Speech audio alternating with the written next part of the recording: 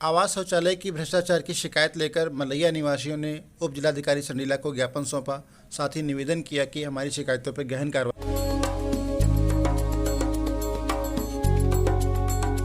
हम लोग तहसील संडीला अंतर्गत ब्लॉक संडीला के अंतर्गत मलैया गांव के लोगों के साथ खड़े हैं, जिनका कहना है कि अधिकारियों कर्मचारियों को दौड़ने के बाद भी इन पात्र लोगों को आवास नहीं मिल रहा, न तो इनकी जांच हुई है। शौचालय में भ्रष्टाचार, नाली खंजा आदि चीज़ों के लिए लगातार दौड़ भाग कर रहे हैं, लेकिन अधिकारी कर्मचारी इनको संज्ञान में ले रहे हैं। आइए बात करते हैं लोगों से कि किस तरह ये लोग लगातार भाग दौड़ कर रहे हैं, उनकी सुनवाई नहीं की जा रही है। संडीला तहसील निवासी मलैया में रहता हूँ।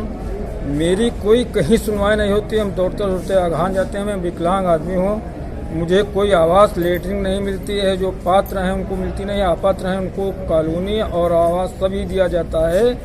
और मैं ये चाहता हूँ कि मेरी पूर्ण बहुमत से मेरी गांव की जांच की जाए और जांच करने के बाद फिर मुझे उसकी रिपोर्ट मिलनी चाहिए। और जो जांच करने जाते हैं वो भाइयों को, पितियाते भाइयों की घर मकान पक्के बने हुए हैं, वो कमाते हैं, बनवाते हैं, उनके खींच लाते हैं। और जो हमारे विकलांगों के गिरे पड़े हुए हैं वो हमें ठड़िया के करे, वो हमारे मकान पर फोटो नहीं खींचते हैं। फोटो के बावजूद हमें बुलाया नहीं जाता है जहाँ फोटो खींची जाती है। हमको जाना नहीं होता कितने खन फोटो खींच ले गए, कितने खन क्या किया है क्या नहीं किया है। और पात्रों को जब से नहीं दिया जाता है, अपात्रों को सब विकास मिलते हैं।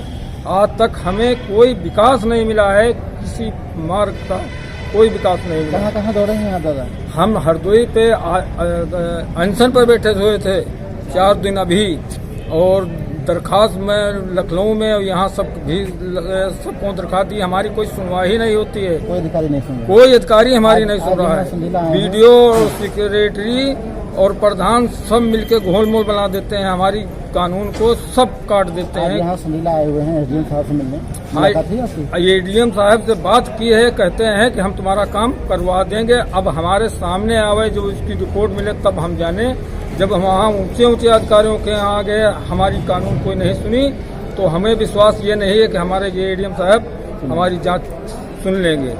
हमारे सामने इसकी जांच की रिपोर्ट मिले और हमारे मकानों के सामने की फोटो मिले, तब हमारा लोग पूर्ण विश्वास हो जाए, हमारा सूची पर नाम दर्ज किया जाए। हमारे लोग लगातार अधिकारियों से दौड़ रहे हैं, लेकिन इनकी सुनवाई नहीं हुई। इनका ये भी कहना है कि एसडीएम संडीला से मिलने के बाद भी इनको विश्वास नहीं है कि इनका काम होगा।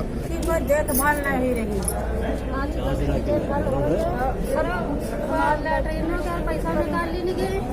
शौचालय भी नहीं मिला, कुछ नहीं मिला, सब गिरा पड़ा है।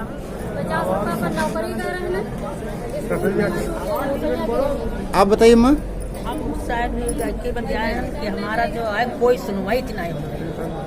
हमारा पत्र आता है तो कोई सुनवाई नहीं है। जो आते हैं उस वहाँ से जांच करके चले आते, जांच है नहीं हो रही। इतनी बार अधिकारियों से मिलने गए, ये लोग भी कुछ नहीं कर रहे हैं। कोई नहीं क्या कहते हैं, क्या कहते हैं ये लोग? कहते हैं करवा देंगे, जाओ। बस यहाँ कहा कुछ नहीं करवा देंगे, जाओ। बहादुर तेरे तेरे वापस लौट जाते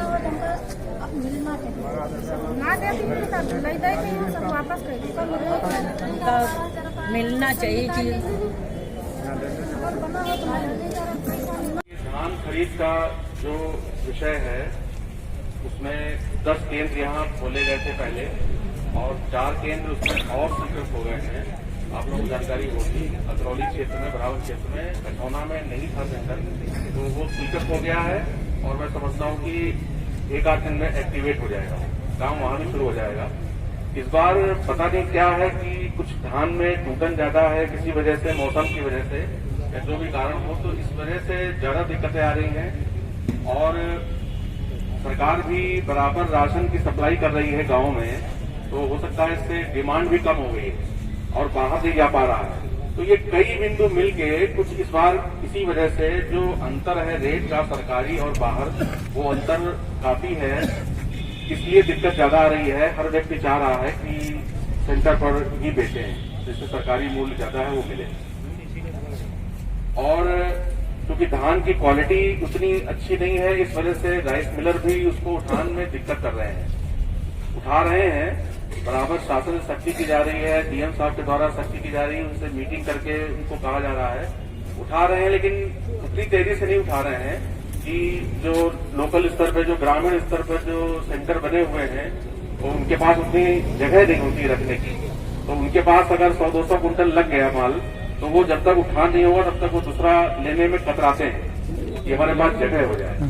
तो हम लोग लगातार प्रयास कर रहे हैं और यहाँ तक कि हम लोगों ने अपनी तहसील के भी लेखपाल और अमीन को भी लगा रखा है वहाँ पर, उनकी गतिविधियां जानने के लिए कि यहाँ ये खरीद मौके पे कर रहे हैं कि नहीं कर रहे हैं। और छोटे किसानों के लिए ही विशेष रूप से निर्देश है कि छोटे किसानों का पहले तौर है 10 कुंटल, 20 कुंटल, 30 कुंटल जो है वो छोटे किसानों से लें पहले। तो इसका हम लोग बराबर निगरानी रख रहे हैं और कहीं कमी होगी तो उसको हम लोग और भी बराबर, अभी तो ये चलेगा ही, धान खरीद तो भी चलेगी, 2 महीने चलेगी, 31 जनवरी तक है, तो इसको हम लोग लगातार प्रयास करते रहेंगे। अभी और खुल गए हैं तो वो हमारा क्षेत्र जहाँ सेंटर नहीं थे वहाँ उनके खुलने से निश्चित रूप से अतरौली भरावन क्षेत्र बहुत बड़ा क्षेत्र है, वहाँ के लोगों को राहत मिलेगी। कचौना के लोगों को यहाँ आना पड़ता था तो उनको भी राहत निश्चित रूप से मिलेगी। तो धान खरीद में हम लोग बराबर प्रयासरत हैं और आप सबके सहयोग से मिलकर, सही बात है, इस समय सबसे बड़ा इशू यही है। बाकी जो समस्याएं हैं तहसील स्तरीय की जो समस्याएं हैं, जैसे बहादुरपुर का अभी मैंने मंगाया भी है, तो बहादुरपुर के भी लोग होंगे यहाँ पर, मैं उनको बता दूंगा, है ना, क्या बहादुरपुर का तो मैंने दिखाया था, वो मैं बता दूंगा।